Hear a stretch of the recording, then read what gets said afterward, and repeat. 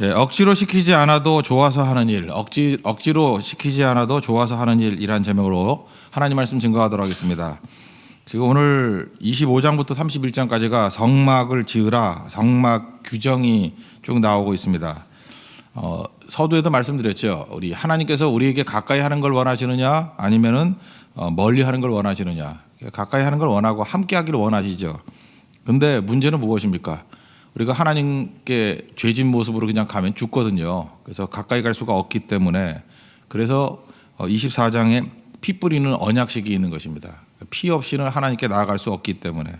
그래서 우리가 제일 큰 과제는 이거예요. 하나님은 우리와 만나 주시길 원하십니다. 단 우리가 해야 될 전제는 거룩을 담을 수 있는 그릇이 되어야 된다는 것입니다. 하나님께서 우리에게 축복해 주기를 원하신다는 것입니다. 축복 이전에 축복을 담을 수 있는 그릇이 되기를 원하신다는 것입니다. 다 터져 있으면 아무것도 아니잖아요.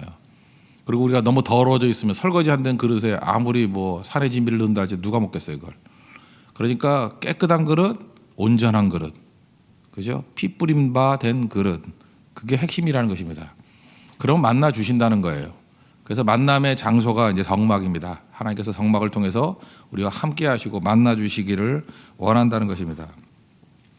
우리가 절기를 살필 때도 나왔죠. 이제 그 성막을 지을 때 이제 드리라는 건데, 예물을 드리라. 드림이 왜 중요합니까? 여러분, 신앙생활에 있어서요, 중요한 요소 중에 하나가 드림이에요. 이 헌신하는 거. 드림이 있어야 성장이 있습니다. 그리고 드림이 있어야 기쁨이 있어요. 우리 연인끼리 만났을 때도 왜 자꾸만 선물해 주죠? 선물해주고 그럴 때 관계의 성장이 있고요. 선물해주고 할 때 거기서 훨씬 더 기쁨이 있어요. 주는 기쁨, 받는 기쁨. 뭐 한쪽만 계속 하니까 문제가 되지, 이게 서로 주고받고 하면요, 주는 기쁨, 받는 기쁨, 이게 중요하다는 것입니다. 그래서 오늘 예물을 드리란데 두 가지 오늘 핵심적인 좀 상충돼 보이는 얘기가 나와요. 자원하는 마음이에요. 자원해서 드리라. 그래야 행복이 온다는 것입니다. 행복하고 싶습니까? 뭐든지 자원해서 해야 돼요. 그래 행복이 있다는 거예요. 자원해서 드리라. 그러면 행복이 있다. 그 자원이라는 건 내 마음대로잖아요. 근데 또 9절 보니까 하나님께서 보여주신 모양대로 해요. 그러니까 말씀대로 지으라, 말씀대로 드리라는 거예요. 이게 상충되는 게 아니라는 거예요. 자원하는 마음이 있어야 되는데 멋대로 하는 게 아니라 하나님이 보여주신 모양대로, 말씀대로 헌신해야 된다는 것입니다. 그래서 헌신을 해야 되는데 자원하는 마음으로 하나님 앞에 헌신하라. 이게 오늘 가장 큰 핵심이라는 것입니다. 첫 번째는 자원해서 예물을 드리라는 것입니다. 그 1절 보니까 말씀하셨다. 2절 내게 예물을 가져오라. 근데 기쁜 마음으로 내는 자, 이렇게 나오죠. 기쁜 마음으로 내는 자. 이게 자원하는 마음이겠죠. 자원하는 마음으로 드리는 것을 하나님이 기뻐하신다. 고린도후서 9장 7절도 보니까 드림의 원리가 이렇게 나와요. 그 마음에 정한 대로 해라. 그다음에 인색함으로 억지로 이거 아니다. 절대로 그렇게 하지 마라. 하나님은 즐겨내는 자를 사랑하시느니라. 그러니까 신앙에 있어서 가장 중요한 것 중에 하나가 자원하는 마음이에요. 모든 걸 자꾸 자원하는 마음 쪽으로 가게 만들어야지 행복이 있는 거지. 이게 뭐 억지로 순종한다, 억지로 한다, 이거는 일시적인 건지는 모르겠지만 이건 문제가 있는 겁니다. 절대로 오래 못 가요. 억지로 하는 거 오래 못 간다라는 것입니다. 하나님께서는 즐겨내는 거, 자원하는 마음으로 드리는 것을 기뻐하시죠. 그 뭐 예를 들어서 저 이제 자녀들이 있지 않습니까? 자녀들 뭐 이렇게 여행을 갔다 오거나 했을 때 뭐 이렇게 선물을 주잖아요. 뭐 그냥 초콜릿이라고 합시다. 뭐 예를 들어 뭐 여러 가지가 있는데 하여튼 예를 들면 간단한 게 그거예요. 어렸을 때입니다. 우리 꼬마였을 때. 그래도 그 큰 애가 좀 의젓하잖아요. 이렇게 줘요. 그럼 이제 이상하게 제 마음 가운데 시험하고 싶은 마음이 생겨요. 그죠?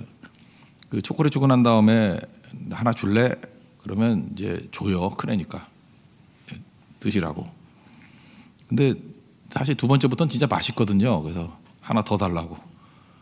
그 줘요. 하나 더 달라고. 도대체 언제까지 달라 그러는 거야? 그러면서 이렇게 얼굴을 찡그려요. 사실 그 초콜릿 있잖아요. 그 좀 비싼 거. 뭐 한 10개쯤 들었나요? 근데 하나는 줄 수 있는데 2개 줄 때 부담감 느끼고 3개 줄 때 분노가 폭발하는 것 같아요. 그래서 내가 다음에 또 사줄게 해도 그 납득이 잘 안 되는 것 같아요. 도대체 이렇게 부당한 일을 왜 하느냐? 그러면서 제가 하나님 마음이 생각이 나더라고요. 내가 준 거잖아요. 하나님이 다 주신 건데 하나님은 초콜릿 안 좋아하셔서 3개까지 달라 그러지도 않는데 이제 하나 줘, 2개 줘 할 때 그 기쁜 마음이 점점 사라지는 모습이 있다는 것입니다. 사실은 환경, 우리가 가지고 있는 건강, 우리가 가지고 있는 모든 거, 우리가 내게 어디 있어요?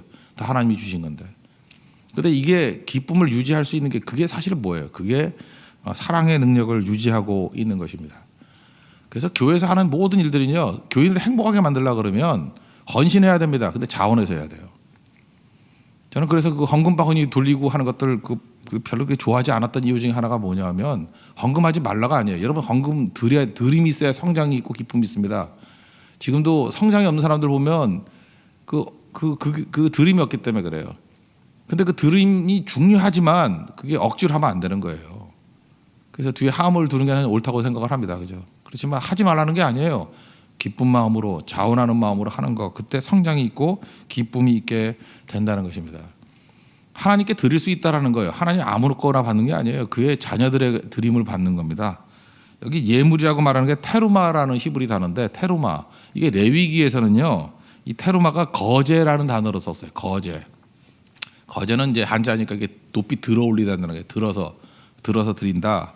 거제. 이건 뭐냐면은 그 이스라엘 백성들을 높인다 그런 뜻이 있어요. 하나님을 높일 수 있는 유일한 백성이더라, 이런 뜻이 있다고요. 여러분, 그러니까 하나님 백성들은 거제를 드릴 수 있는 백성이다, 그런 뜻이라는 거예요. 아무나 받는 게 아니고 이렇게 튀잖아요. 이게 손을 들면 너희들만 거제를 드릴 수 있다, 이런 의미가 있다. 테루마라는 단어가. 그러니까 드림이 특권이라는 거예요. 이거 뭐 처녀 총각들 데이트할 때 그렇지 않습니까? 뭐 너무 옛날 얘기해서 죄송합니다. 뭐 옛날에 그랬어요. 어떤 형제가 자매한테 이렇게 뭐 대시를 할 때 뭐 커피 한 잔 마셔요. 아무하고나 다 마셔요? 마셔주는 게 특권이죠. 여러분에게 너무 생소한 얘기지만 하여튼 그런 거잖아요. 그 다음에 밥같이 먹읍시다 그럴 때 밥 먹어주는 게 특권이에요. 그리고 선물을 준다고 다 받아요? 요즘엔 다 받을 거예요. 근데 우리 때는 다 안 받았어요. 선물을 받는다는 게 특권이에요. 그게 마음이 있기 때문에 받는 거거든요. 그러니까 하나님께서 이거예요. 하나님께서 우리와 커피를 마셔 주신다는 거예요. 밥 먹어 주신다는 거예요. 드려도 우리가 드리는 예물을 받아 주신다는 거예요. 테로마, 이게 특권이라는 것입니다. 우리는 하나님께 마음껏 드릴 수 있어요. 그게 특권 아니에요? 그게 중요한 거죠. 근데 그 마음 가운데 즐겨내는 마음, 자원하는 마음이 있어야 된다는 것입니다. 한번 하나님께서 이렇게 선물을 드려도 받지 않았던 거, 그게 이제 제사니까. 가인의 억지로 드리는 제사 안 받으셨어요. 그죠? 그 예물과 제사를 받지 않았다 그랬어요. 사울이 백성들 진정시키려고 드리는 날치기 제사 안 받으셨어요.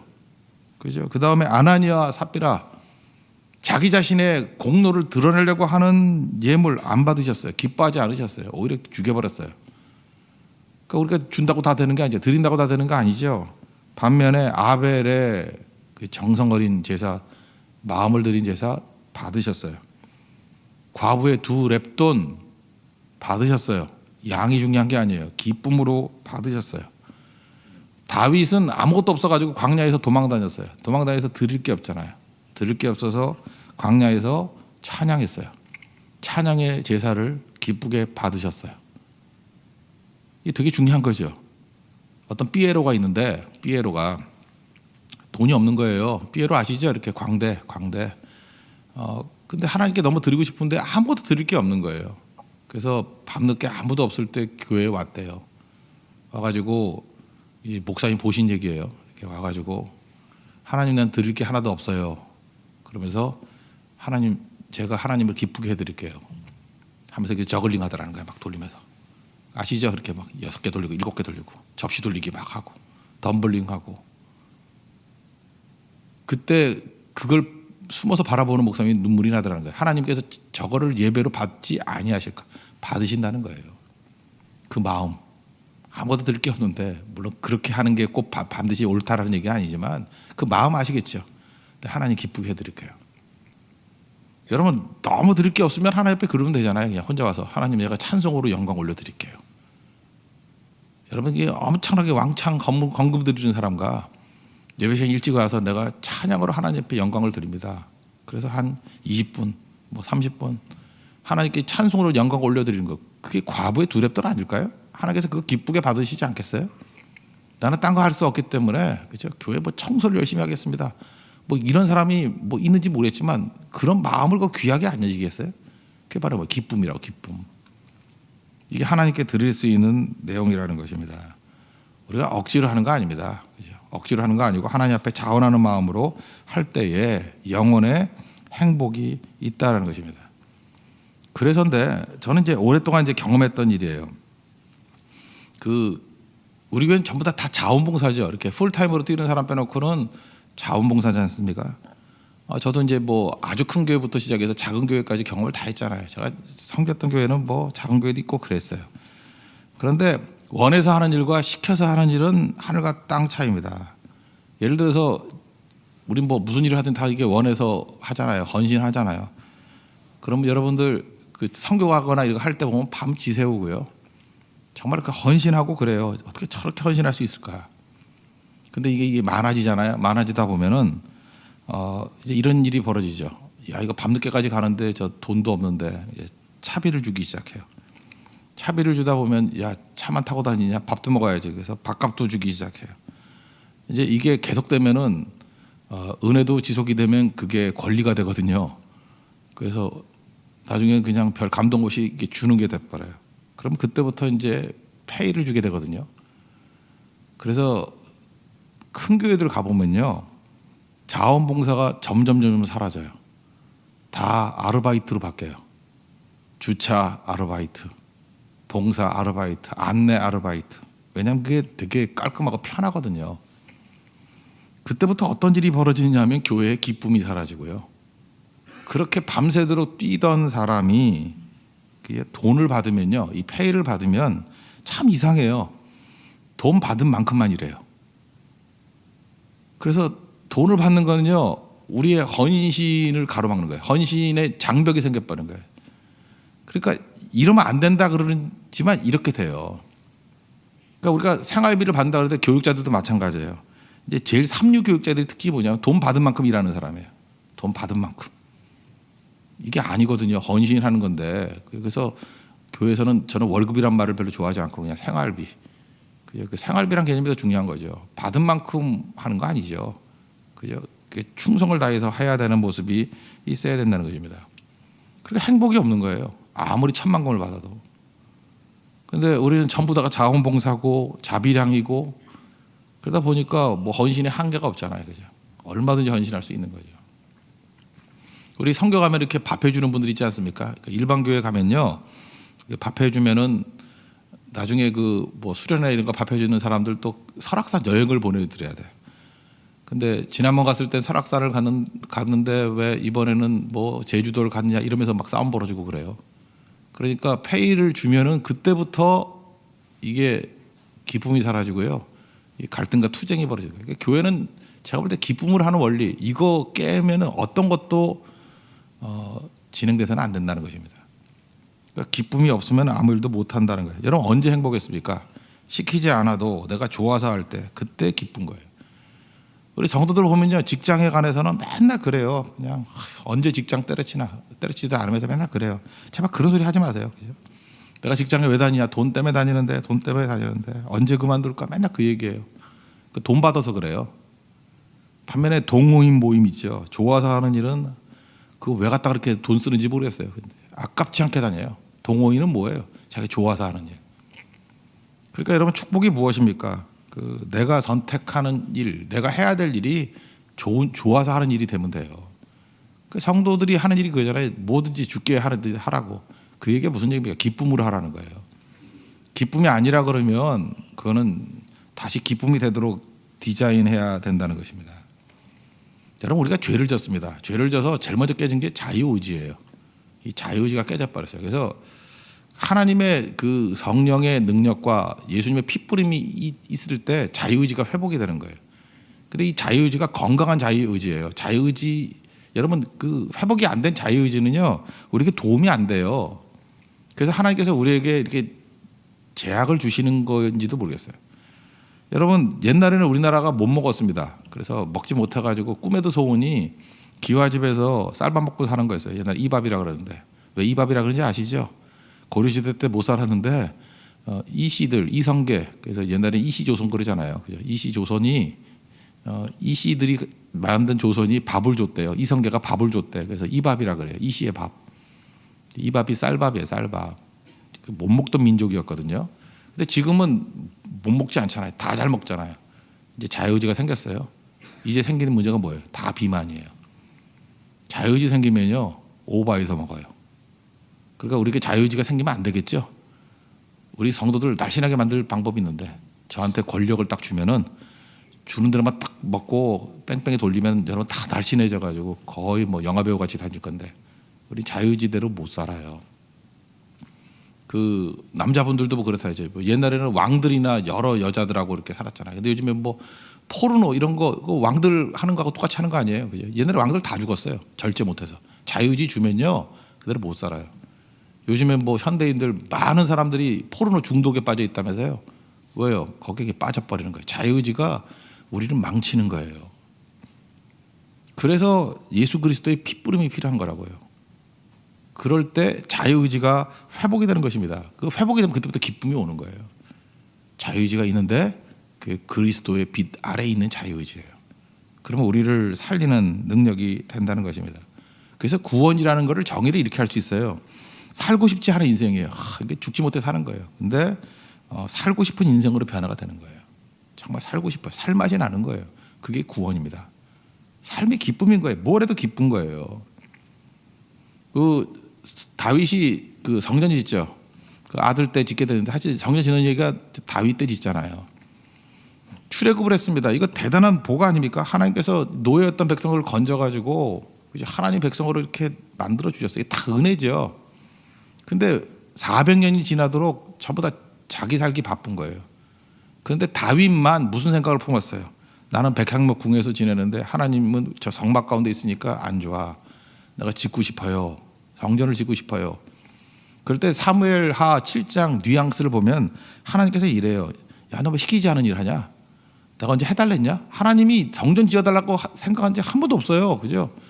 내가 뭐 해달라 그랬냐? 왜 그러냐? 시키지 않으니 하지 마. 뭐 이런 뉘앙스예요. 근데 굳이 한다 그러면 그 네 마음을 알겠다. 네 아들 때 가서 해라. 너는 지금 나라 세우기 바쁘니까. 뭐 이런 뉘앙스예요. 그죠? 그러니까 제가 볼 때 그래. 400년 넘도록 하나님께서 그렇게 먹고 살게 해줬는데 하나님 생각하는 건 다윗밖에 없었다는 거예요. 다 축복에 취해가지고 어떻게 하면 내가 무엇을 먹을까, 무엇을 마실까, 무엇을 입을까 다 이러고 있는데 그 중에 딱 하나, 그죠? 딱 하나 이 목동 출신 다윗만 하나님 생각했다는 거예요. 하나님 생각. 여러분 그러죠. 이게 인생 살면서요. 별거 아닌 것 같으면서도 완전 인생 초치른 말 하는 사람이 있어요. 특별히 이제 그 남자지간에 뭐 남편과 아내 사이에 이래요. 여자들은 하여튼 그 입만 다물어도 되게 복 받을 건데 뭐 이렇게 하다가 이런 얘기해요. 도대체 나한테 해준 게 뭐야? 이게 간단한 얘기 같죠. 이게 폭언이에요. 폭언. 나한테 해준 게 뭐야? 이거 진짜 마음이 아픈 얘기예요. 다 해줬는데 해준 게 뭐냐? 그때부터 이제 정 떨어지는 거예요. 이제 딴 곳을 향해서 고개를 돌려야죠. 주님을 향해서. 다시는 쳐다보기 쉽지 않거든요. 해준 게 뭐야? 부모와 자식과의 관계도 마찬가지 아니에요. 여러분 부모는 이제 리얼하게 다가가 보시죠. 자녀들 키울 때 얼마나 희생하고 키웠습니까? 그죠? 다 부모님은 다 그렇잖아요. 근데 자식이 부모한테 나한테 해준 게 뭐야? 그때 그 아픔 아시겠어요? 나한테 해준 게 뭐야? 우리는 하나님 앞에 항상 이렇게 나가요. 하나님 내게 해준 게 뭐야? 근데 다윗은요. 해준 게 뭐야? 다 은혜다. 뭐 그건 둘째치고 내가 주님께 뭘 해드릴까요? 주님 필요 없어요. 온 우주 만물이 하나님의 것인데 뭐가 필요하겠어요? 뭐 해드릴까요? 그 마음이 너무 기뻐서 내 마음에 합한 자라 그런 거예요. 우린 다윗이 뭐 살인하고 간음하고 이것만 생각하지 말고요. 다윗의 그 마음이 왜 하나님의 마음에 합한 자였는지 우리는 이게 보는 초점도 다른 데가 있어요 지금. 그걸 하나님께서 기뻐하신다는 것입니다. 오헬리 크리스마스 선물 아시잖아요. 가난한 부부인데 남편은 그 시계 팔아가지고 아내 그 머리빗 긴 머리빗 빗을 수 있는 빗 사주고 아내는 머리 잘라 팔아가지고 그 낡은 시계줄 사줬대잖아요. 필요 없잖아요. 머리 잘랐는데 빗도 필요 없고 시계 없는데 시계줄에서 뭐래요? 근데 그 소설 핵심이 뭐예요? 필요 없는 것을 주고 필요 없는 것을 받았는데 행복했다는 거 아니에요? 우리 지금 결과에 너무 관심이 많아요. 이게 행복이에요. 행복은 여기서 오는 거라고. 자원하는 마음에서 행복이 오는 겁니다. 자원하지 않으면 절대 행복이 없다는 거예요. 여러분 그래서 행복은 자원에서 드리는 거예요. 그래서 이스라엘 백성들이 이 말씀도 순종했을 때 너무너무 기쁨이 넘쳐가지고 견디지 못하는 그런 일들이 벌어지게 된다는 것입니다. 여러분, 교육도요, 이게 억지로 하면 안 되는 거예요. 자녀 공부, 이거 엄마들 때문에 애들이 공부를 안 해요. 공부해라. 그러니까 안 하지. 그죠? 기쁨을 하게 만들어줘야지. 아니면 자극을 주든지. 아니면 공부 여러 번 수준만큼 하는 거예요. 내가 못했으면 애들도 못해요. 그거 뭐 잠깐만 뒤집으려 그러지 말아요. 그럼 그걸 기적이라 그러거든요. 여기저기 기적이 일어나면 피곤해지잖아. 그죠? 되게 이렇게 흐름대로 가는 거니까. 중요한 건 뭐냐면 여러분 인생을 봐요. 여러분 이제까지 했던 것 중에 억지로 한 것 중에 계속 한 거 있어요? 없잖아요. 자원하는 마음이에요. 그 자원하는 마음이 되도록 그 디자인해 가는 거예요. 그쪽으로. 교회도 마찬가지입니다. 교회도 언제 능력 있는 교회가 되는지 알아요? 하나님을 사랑하는 마음으로 자원하는 마음으로 나아갈 때 그때부터 능력의 역사가 나타나기 시작한다는 것입니다. 하나님 앞에서 우리도 자원하여 드림을 통해서 성장과 기쁨이 있는 우리 믿음의 종 되기를 바랍니다. 두 번째, 이거 짧게만 할게요. 자원한다 그러면 이제 내 멋대로 하는 것 같이 보이잖아요. 그런데 구절을 보니까 물은 내게 보이는 모양대로 장막을 짓고 기구들도 그 모양을 따라 지을지니라. 자원하라 그러는데 그러면 자원이니까 내 마음대로 만들면 되는 것 같은데 아니에요. 보여주는 모양대로, 하나님이 보여주시는 모양대로. 사실 이게 출애굽기, 레위기, 이게 여러 군데 나와요. 하나님의 성막에 관한 얘기들이 좀 지겹죠. 근데 성경 장수를 보면 50장이나 할애가 돼 있어요. 창세기가 50장이에요. 그러니까 구약 성경 보면은 이 성막 모양 규정하는데 50장을 할애했다고. 그게 내용으로 볼 때 어마어마한 내용이에요. 무슨 얘기예요? 말씀대로라는 거예요. 헌신을 해도 말씀대로 하는 거지 네 멋대로 하는 것이 아니라는 것입니다. 그래서 우리가 헌신할 때 우리가 그 모양이 뭐예요? 그 길이 뭐예요? 그게 예수님이죠. 성전이 누구예요? 성전이 예수님이라고요. 예수님이 그랬잖아. 이 성전을 헐라. 내가 사흘 만에 새로 짓겠다. 예수님이 성전이라는 거죠. 성전이 예수님, 하나님 만나는 길이잖아요. 하나님 만나는 길이 예수님밖에 없다는 거예요. 내가 곧 길이요 그러잖아요. 그러니까 예수님 말씀대로 예수님 길 외에는 다른 길이 없다는 거예요. 지금도 종교다원주의가 뭐예요? 예수님 말고도 구원받을 수 있는 길이 있다는 거 아니에요? 하나님께 나아갈 수 있는 길이 있다는 거 아니에요? 누가 그래요? 이게 아니라는 거예요. 모양대로, 말씀대로. 이 길 외에는 없다라는 거예요. 다른 이로서는 구원을 받을 수 없나니 천하 인간에게 구원을 받을 만한 다른 이름을 주신 일이 없다. 사도행전 4장 12절의 말씀이 그 얘기예요. 모양대로. 그래서 자원한다고 다 되는 게 아니라, 그래서 교회도 마찬가지예요. 자원한다고 기쁨으로 해요. 그런데 지멋대로 하면 다 망치는 거예요. 자원하는 마음인데 말씀대로, 그죠? 모양대로. 그때에 하나님의 능력과 은혜가 있게 된다는 것입니다. 예수님이 우리 기준이고요. 예수님의 말씀이 그게 우리가 가야 될 길이에요. 요한계시록 21장 22절 천국 모양을, 천국 한번 미리 가봅시다. 성 안에서 내가 성전을 보지 못하였느니. 천국에는 성전이 있어요 없어요? 없대요. 성전을 보지 못했대요. 왜냐? 이는 주 하나님 곧 전능하신 이와 및 어린 양이 그 성전이었더라. 명확히 나오죠. 천국에는 성전이 없어요. 근데 누가 성전이에요? 예수님이 성전이에요. 예수님이 성전이고 하나님이 성전이에요. 그러니까 성전 대신 하나님 만나는 거죠. 성전이 만나는 장소니까, 길이니까. 그러니까 오직 예수님 외에는 우리가 하나님께 나아갈 수 있는 길도 없을 뿐만 아니라 그 자체가 성전 되신다는 거. 그리고 또 재밌는 얘기 있죠. 우리가 성전이래요. 그죠? 하나님이 함께하는. 그러니까 하나님과 함께 되는 그곳이 성전이라는 거예요. 이런 성전의 기쁨을 누릴 수 있는 우리 믿음의 신실한 종 되기를 바랍니다. 우리 모든 성도들 가운데 우리 교회에 이 자원함의 큰 성령의 바람이 불기를 원합니다. 그리고 말씀대로 순종하는 이 성령의 바람이 불기를 원합니다. 그럴 때 가장 강력한 하나님 은혜의 역사가 있는 통로가 될 것입니다. 모두 자리에서 일어나겠습니다. 323장 찬송하겠습니다. 부름받아 나서니 몸.